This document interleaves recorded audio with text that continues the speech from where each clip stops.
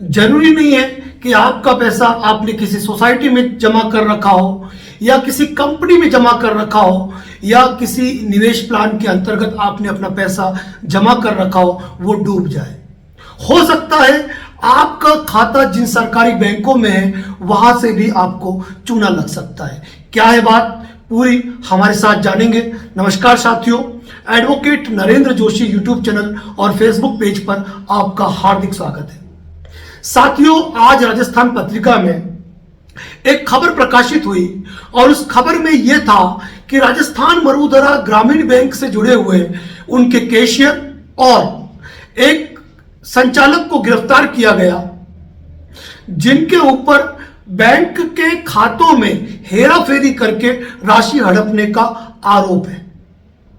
राजस्थान मरुधरा ग्रामीण बैंक की शाखा कोटड़ा के अंदर फर्जी अंगूठे लगाकर और ई मित्र के नाम से वहां पर कई ग्रामीणों के बैंक खातों में हेरफेर की गई है। उनकी राशियां निकाल दी जाती है और उसमें कोई एक या दो लोग शामिल नहीं है, काफी लोग शामिल हैं। और इसी प्रकार का मुद्दा आज से करीब 3-3.5 साल पहले हमने उठाया था, जब कोटड़ा के रहने वाले साहिबा गमेती और भीमा गमेती के बैंक खातों से अनर्गल रूप से झूठे अंगूठे, फर्जी अंगूठे लगाकर और उन अंगूठों को उन्हीं के गांव के लोगों से तस्दीक कराकर उनके बैंक खातों से राशियां निकाल दी गई। जब इस मामले के अंदर आरटीआई फाइल की गई, बैंक से डिटेल मांगी गई, तो मालूम पड़ा कि एक नहीं अनेकों लोगों के साथ इस तरह का फ्रॉड किया गया है।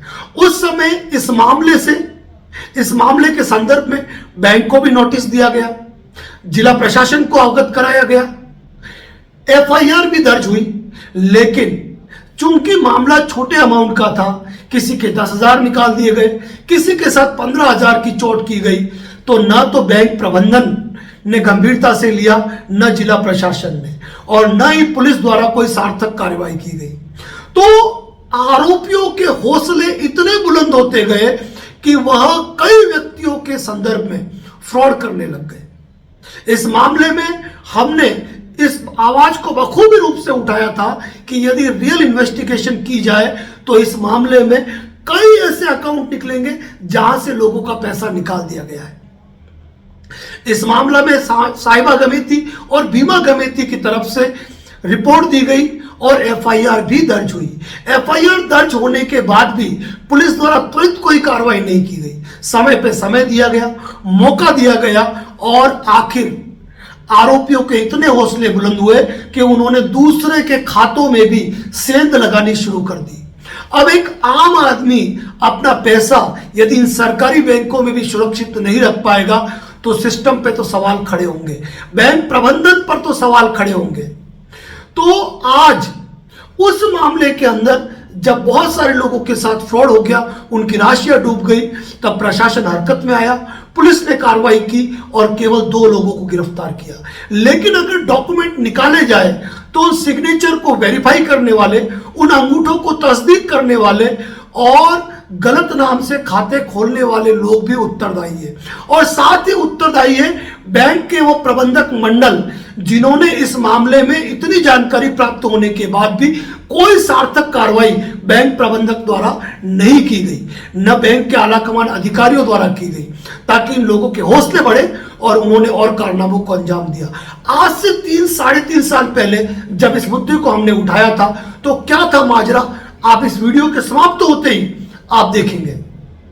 तो लोगों को चाहिए अवेयर रहे, सुरक्षित रहे और यदि कोई जनता की आवाज को उठाता है तो उसको सहयोग करे, ताकि फिर कोई दूसरा सरकारी बैंक का मुलाजिम किसी आम आदमी के साथ धोखाधड़ी न करे, अंगूठा लगाने वाले लोगों को चूना लगाने की कोशिश न करे। सपोर्ट करे, सहयोग करे, चैनल पर नए हैं तो सब्सक्राइब करें और पीछे का जो वीडियो है जो जरूर देखें।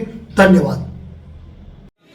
कोटड़ा तहसील के 2 ग्रामीण किसान भीमा गमेती और साहिबा गमेती एडवोकेट नरेंद्र जोशी के माध्यम से राजस्थान मरुधरा बैंक शाखा कोटड़ा के राजीव तत्समय कैशियर और बैंक प्रबंधक के खिलाफ रिपोर्ट दर्ज कराई। क्या है आखिर यह पूरा मामला, आइए हम आपको बताते हैं। कोटड़ा निवासी भीमा गमेती नामक व्यक्ति का बचत खाता राजस्थान मरुधरा बैंक शाखा कोटड़ा में है। पीड़ित अशिक्षित किसान है, जिसके द्वारा अपने बैंक खाते का अंगूठा लगाकर संचालित किया जाता है। बीमा समिति ने 13 नवंबर 2016 को 45,000 रुपया नगद विपक्षी बैंक में जमा करवाया था, जिसके पश्चात पीड़ित द्वारा 5-5 हजार की राशि सिर्फ 4 बार ही विड्रॉल की गई। लेकिन पीड़ित के पुत्र लिम्बाराम द्वारा बैंक स्टेटमेंट देखने पर पता चला कि पीड़ित के बैंक खाते से 5-5 हजार रुपए की विड्रॉल की गई। कुल 7 एंट्रियां दर्ज है। इस पर पीड़ित द्वारा 4 मई 2018 और 5 मई 2018 को लिखित शिकायत विपक्षी बैंक को दी, लेकिन विपक्षी बैंक द्वारा इस संबंध में कोई कार्रवाई नहीं हुई। जब पीड़ित द्वारा वैध राशियां विड्रॉल की गई, तब बैंक के कैशियर के पद पर राजीव थे और यह धोखाधड़ी और जाली अंगूठे लगाने का कार्य उन्हीं के द्वारा किया गया है। आखिर क्या यह बैंक द्वारा ग्रामीण के साथ धोखाधड़ी का पूरा मामला? आइए इस व्यक्ति के अधिवक्ता की जुबानी सुनिए। आरोप सर निराधार बिल्कुल इसलिए नहीं होंगे, कारण ये है कि अगर आरोप निराधार मानता है वो जो आरटीआई का सेटिस्फेक्शन जवाब देते हैं। दूसरी बात ये है कि उस व्यक्ति के बैंक में पैसा गया है, और दूसरी बात आरोप को निराधार कहने का कारण ये है कि श्री राजीव करके जो कर्मचारी है, इन पीड़ितों से जिनसे आप बात करोगे, इनसे चाय की दुकान पे मिलता है, इनसे कोरे कागजों पे अंगूठे लेते हैं, जिसमें वो अपने क्षेत्र के एक राजनीतिक सरपंच को बुलाते हैं। और अगर मेरा आरोप गलत है तो क्यों मेरे नोटिस देने के बाद उन व्यक्तियों को व्यक्तिशः मिलके उनके अंगूठे लगवा के उस कागज को संबंधित बैंक मैनेजर शामिल पत्रावली करता है? अगर उनका काम फेयर था तो इस तरीके से जवाब देते, बाद में कूटरचित दस्तावेज तैयार नहीं करते।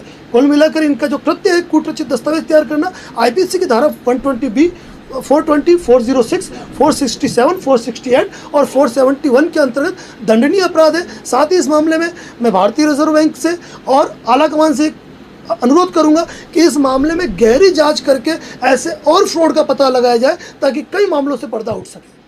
केलवा के युवाओं ने कश्मीर से धारा